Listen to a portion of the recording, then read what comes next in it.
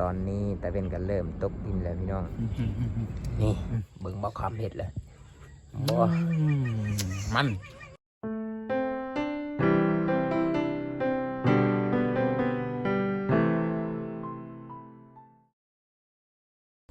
กราบทักทายสบายดีพ่อแม่พี่น้องเมื่อทุกๆคนเด้อมื้อนี้ก็อยู่กับเบาคอนชนบทคือเราพี่น้องมื้อนี้ก็เบาคอนสิมาถามพ่อแม่พี่น้องทุกๆคนเนาะว่าขั้นตอนการเฮ็ดน้องกบนี่มันเฮ็ดจังไดเนาะเดี๋ยวนี้เบาคอนสิเฮ็ดน้องกบเนาะสิเลี้ยงกบเนาะสำบายพี่น้องเอ้ยบ่มีอาหารกินก็สิจับกบมากินเนาะแต่ว่าบางคนก็ยังบ่ฮู้ว่าสิเฮ็ดวิธีใดขั้นตอนใดแต่ก็บางคนก็ได้เริ่มเฮ็ดแล้วเนาะนี่บางคนก็อ่างเนาะสิเฮ็ดอ่างแต่ว่าบ่ฮู้ว่ามันเป็นแบบนี้หรือบ่แต่ตามความคิดของบางคนน่ะน่าจะประมาณนี้แหละแต่ว่าไผที่มีความรู้เกี่ยวกับทางด้านนี้เนาะก็แนะนำบอกได้เนาะเพราะว่าบางคนก็ยังบ่ฮู้นี่พี่น้องบางคนก็ห้างก็ได้สำนีเนาะเพราะว่าถ้าว่ามีเงินกับสิกอขึ้นมันสูงประมาณนี้อีกแต่ว่ามันแมนแบบนี้หรือบอเนาะกะบ่ฮู้บางคนก็เฮ็ดไปทั่วพี่น้องเอ้ยบางคนอยากเลี้ยงกบเนาะนี่อยู่พื้นนี่บางคนก็เทซิมังเรียบร้อยแล้ว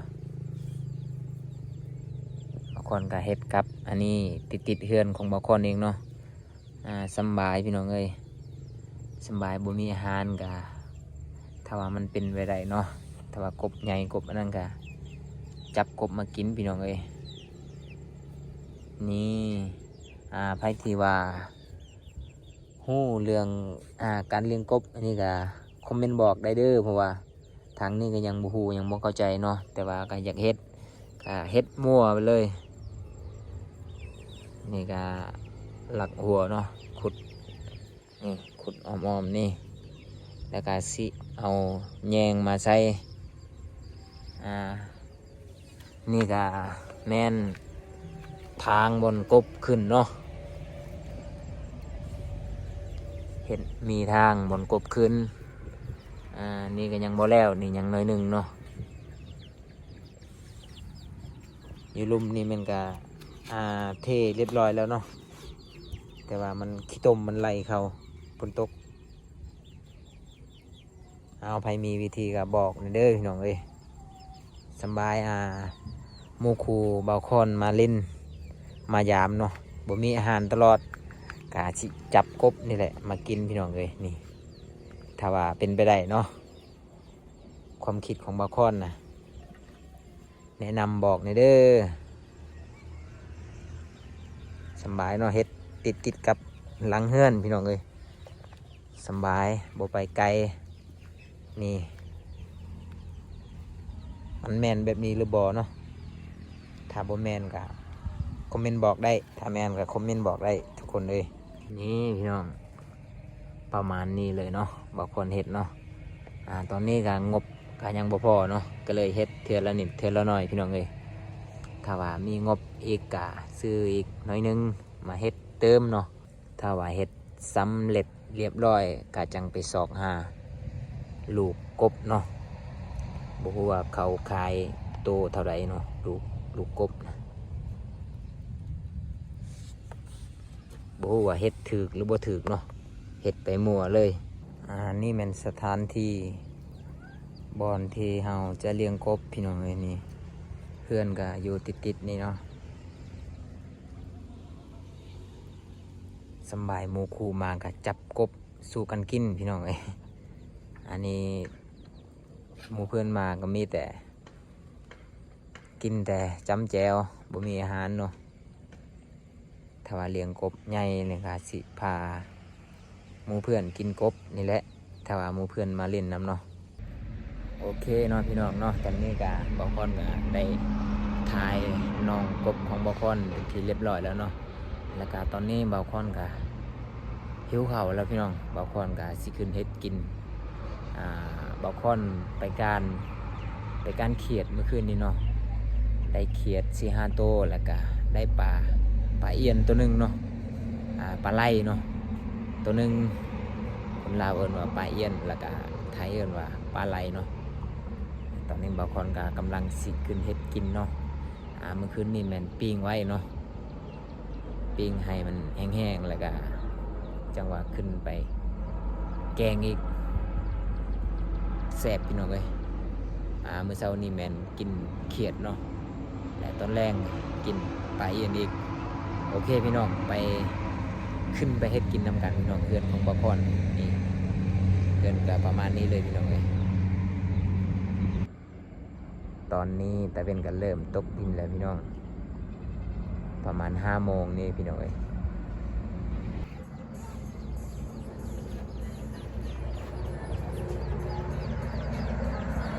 นี่ประมาณนี้เลยเพื่อนนี่ประมาณนี้เลยพี่น้องเอ้ยนี่ลูกของบ่าวคอน นี่เป็นลูกสาวพี่น้องเอ้ยโอ้อายเด่นถ่ายรูปเฉลยเด้หน้ามันเฉลยหน้าเพลงนี่พี่น้องกำลังทางเพลงของบ่าวคอนลูกสาวของบ่าวคอนพี่น้องคือเพลงว่าตะเบินเบะนี่หน้าเพลงคือเพลงวะ เฉลยเด้ต้องโตแต่ว่าบัวขาวตั้งเอากับปามุงินต้องบัวมึงสร้างกับมันบัวเพลงแล้วแน่มาปาปาร์ตี้เนมบัวหยาด นาเพนี่เจ้ากับเลยกับเจ้าบาตะเบิร์นจูวิลแต่งเครื่องแสงแต่ดงสเลด โอเคพี่น้องเฮาสิมาเฮ็ดกินยังวะปลาเอียนพี่น้องเอ้ยมาเฮ็ดกินปลาเอียนนำกันพี่น้องเฉลยกินน้ำไหมน่ะโอ้เรือนครัวของบ่าวคอนพี่น้องมืดติ๊กอยู่ไม่ยังวะนี่วะโอ้ยกระต้มไม่ยังวะนี่เปิดไฟก่อนพี่น้องนี่เปิดไฟแล้วแจ้งดีบัดนี้ว้านี่มีกุญแจเว้ยเปิดนี่ไม่ยังวะต้มไข่พี่น้องต้มไข่ไก่นี่น่าจะสุกแล้วแหละบ่าวคอนก็สิปรุงเนาะเพราะว่าบ่าวคอนสิเฮ็ดกินปลาเอียนต่อพี่น้องเอ้ยบ่าวคอนสิลวปลาเอียนต่อเนาะว้านี่บนเฮ็ดกินนี่ก็สกปรกขนาดเลยพี่น้องบ่าวคอนสิปรุงก่อนเนาะไข่เนาะจีนใช่ป่ะนี่ติดรวยนี่โอเคสุกแล้วพี่น้องปรุงแล้วบัดนี้โอ้มีหลายหน่วยแท้มี4 หน่วยแล้วบางคนก็สิเฮ็ดกินไปเอียนต่อพี่น้องเอ้ยว้า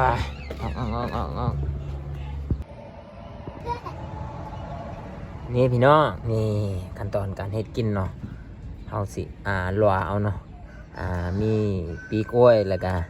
มีหน่อเหล้าเนาะแล้วก็หวายนี่3 อย่างเนาะแต่ว่าถ้าว่ามีมักเผ็ดดิบก็คือสิคักและป้อนลงนำกันนี่เลยแต่ว่าบ่มีเนาะมีแต่มักเผ็ดตัวสุกแล้วตัวแห้งแล้วเนาะตำเอาพี่น้องบ่ใส่นำกันแบบนี้เนาะนี่บ่ฮู้ว่าสิแซ่บหรือบ่เนาะ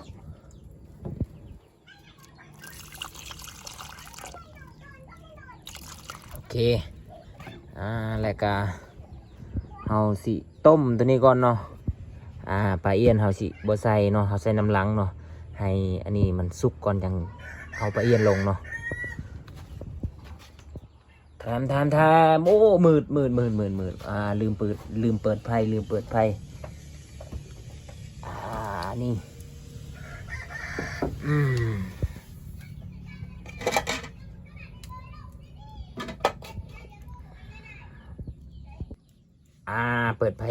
แล้วนี่แจ้งถักอยู่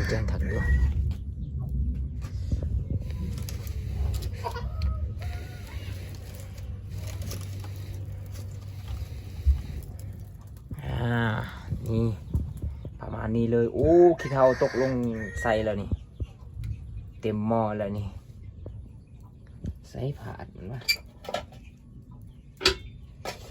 แห้งนี่เอาตัวใหญ่ๆนี่เลยอัดนี่มันบ่มีเนาะตัวน้อยเนาะนี่เขาต้มให้จุนี่สุกก่อนจังว่าเอาปลาเอียนลงไปเนาะพี่น้องเนาะนี่ปลาเอียนของเราเนาะปลาเอียนปลาไหลของเราก็คือหางของมันก็กุดไปแล้วเพราะว่ามื้อนี้แมนบ่ได้เฮ็ดกินเนาะ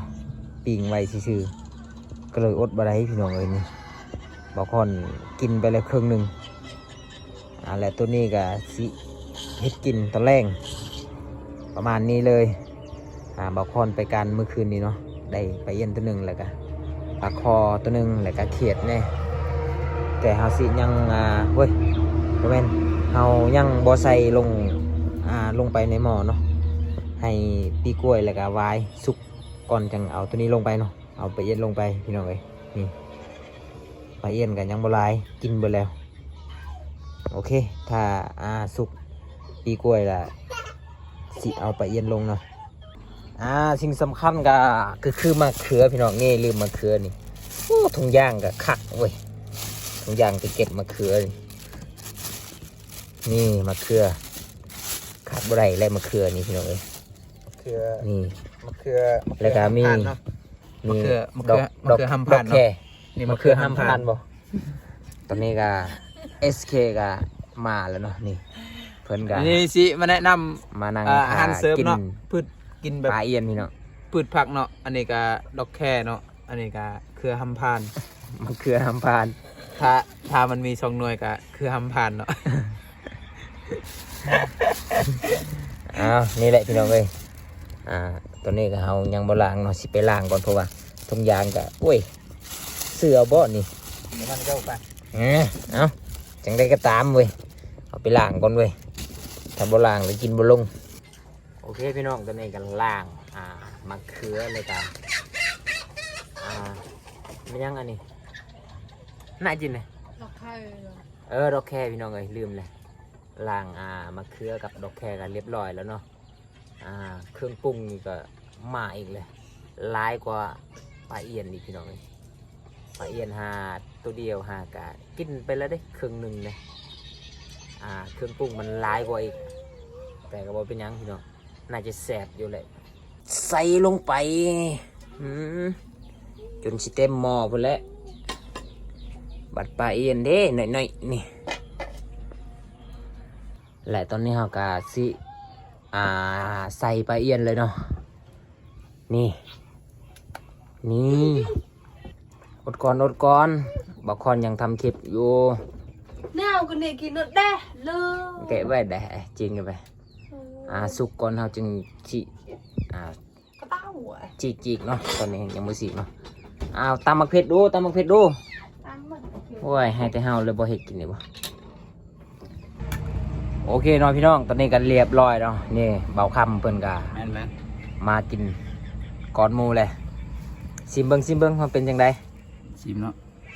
เมื่อกี้นี้เห็นบริทายเนาะตอนเห็นกินเพราะว่าโอ้ยเสียดายมีแต่ตาขาวๆขึ้นหูดังเป็นได้จางยังบริจ้างยังแซ่บพอดีเลยน้องเบิ้งก็เสียพี่น้องซิมเบิ้งนี่เจ้าซิมตอนมันจะบู๊รสชาติมันซิมชุดนำมันนี่ครับ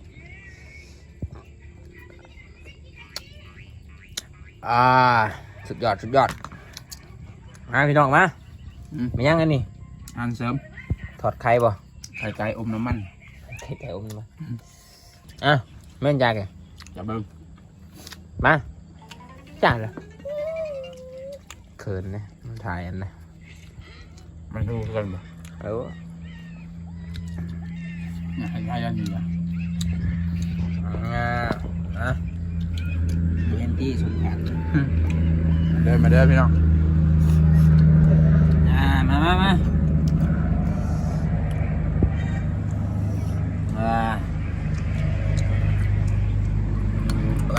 ติดลายได้เห็นคนดังเด้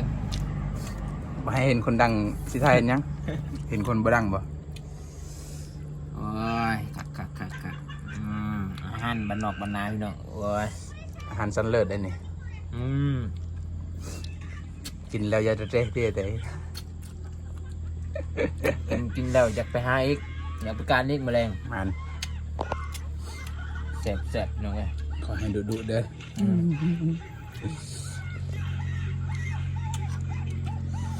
ถามว่าแมลงมึงมาไปน้ำกูกูกินผู้เดียวอีก